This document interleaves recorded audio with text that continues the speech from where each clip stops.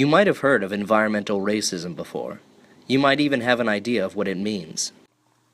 To see how much students at the University of Virginia really knew, we asked each of them 3 questions. What do you think of when you think of the environment? What do you think of when you think of racism? And do you know what environmental racism is? I mean, it's something I care a lot about, so I think about it. Yeah, I love the environment. I love nature. We actually just dropped off plastic bags at the recycling place by Clark, so they could recycle them. And I'm actually vegan for the environment. When I first think of environment, I sort of think of general nature, forests or the desert, or just any sort of outdoorsy kind of thing. Okay. What about climate? Conservation of resources like water. Sweet. Maybe forests, greenery. For racism, what would you guys have in mind?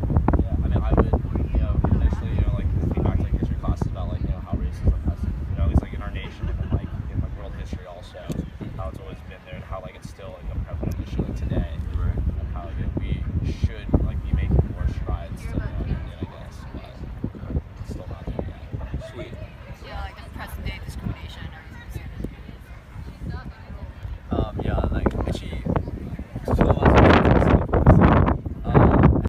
In America, that has been a problem for a long time, and some people don't believe it's still a problem, but it is. Yeah, same thing. I think not just in America, but globally. Yeah. So do you guys know what environmental racism is?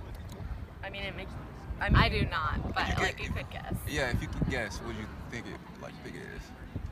I don't think it has to do with sustainability. Maybe it's that people are, their environment is, okay. I don't know. I don't know, bro. If I had to guess, I'd say it's that the placement and effort that goes into various environmental care is different based on the different areas you live in. Because I know in terms of the government puts more effort into cleaning up places that are typically held by majority populations. Right. Yeah, that's the right person on way. Yo, There we go. Put simply, environmental racism is when marginalized and vulnerable people are most affected by environmental harm. Pollutants, loss of natural resources, fluctuating water levels. You want it, we got it. This might seem like common sense to some of you. It could also seem to be a revolutionary discovery.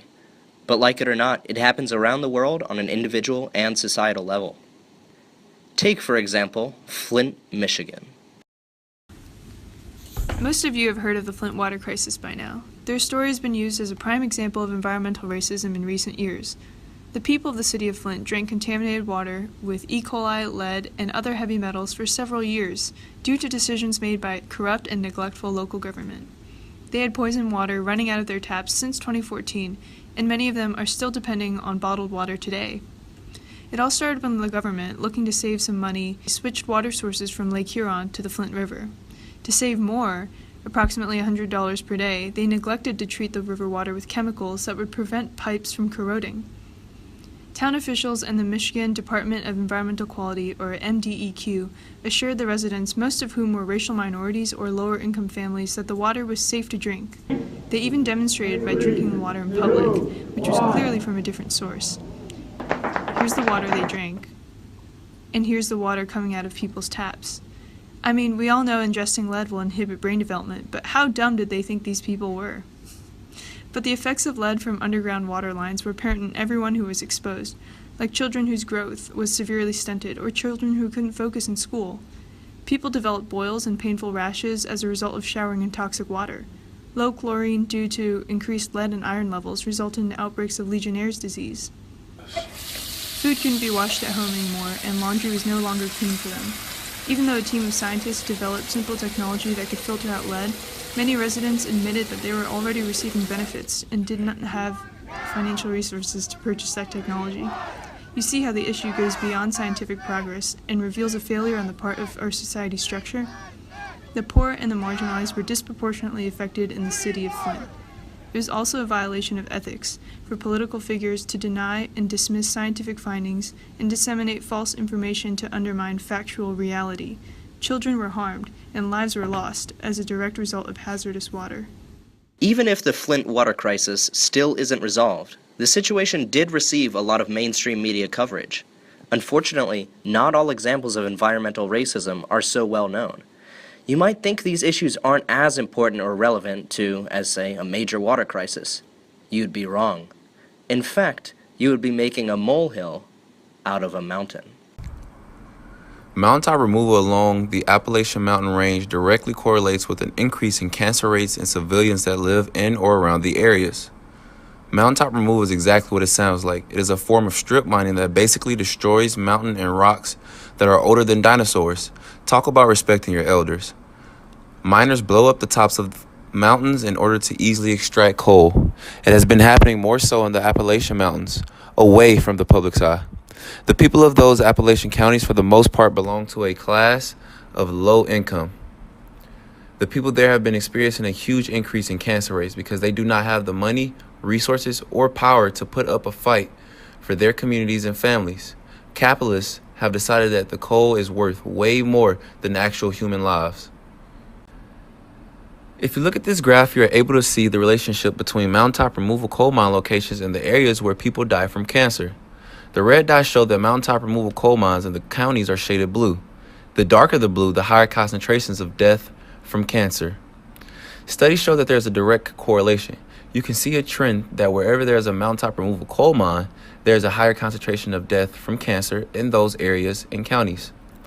The pollution and airborne particles from mountaintop removal is killing people, and since this process of mining has started, there has been a 5% increase in cancer rates. And if those numbers don't have you flabbergasted, then maybe these numbers will.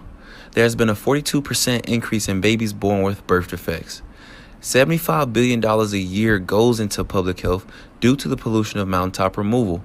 But what may be the most important statistic of all is that about 40% of U.S. electricity is generated by coal, which means I don't see mountaintop removal stopping anytime soon. Please keep in mind that mountaintop removal isn't necessary to keep up with the demand for coal. It is only done because it is cheaper. People are dying because of the carcinogens and airborne particles that exist in the environment for decades after the procedure has been carried out. People are dying because they are lacking resources and power. People are dying because the coal industry is killing them. People are dying because they are victims of environmental racism. The Alabama community of Uniontown has long decried the construction of the massive Arrowhead landfill. Uniontown's residents claim that constructing the facility directly adjacent to a poor black town was bad enough on its own. But since 2008, when 4 million tons of soda ash were relocated from another landfill to Arrowhead, residents have been forced to suffer through terrible odors, swarms of flies, and increased rates of cancer and mental health issues. Moving the toxic ash from its position near a wealthier community to the less socially influential Uniontown was, to many, a textbook case of environmental racism. Recently, the Environmental Protection Agency determined that there was insufficient evidence any civil rights were breached in the relocation of the waste. In other news, the chief administrator of the poultry department has determined that the hens under his care will suffer no undue harm. When those in power care so little for those affected by environmental consequences, it's all the more important for activists and advocates to remain united. Instead of only challenging fellow environmentalists, "Why don't you drive a Prius? Why aren't you vegan?" or shunting consequences onto disadvantaged communities, those of us who enjoy existing power and privilege within environmental circles should reach out to those whose voices aren't being heard. Environmental racism remains extremely prevalent today, even though many are not aware of its exact definition. Now that we realize that this problem exists, what are we going to do about it? Not other people, not just you. It is on us to make the changes and stop letting one another fall victim to the worst effect of capitalist systems.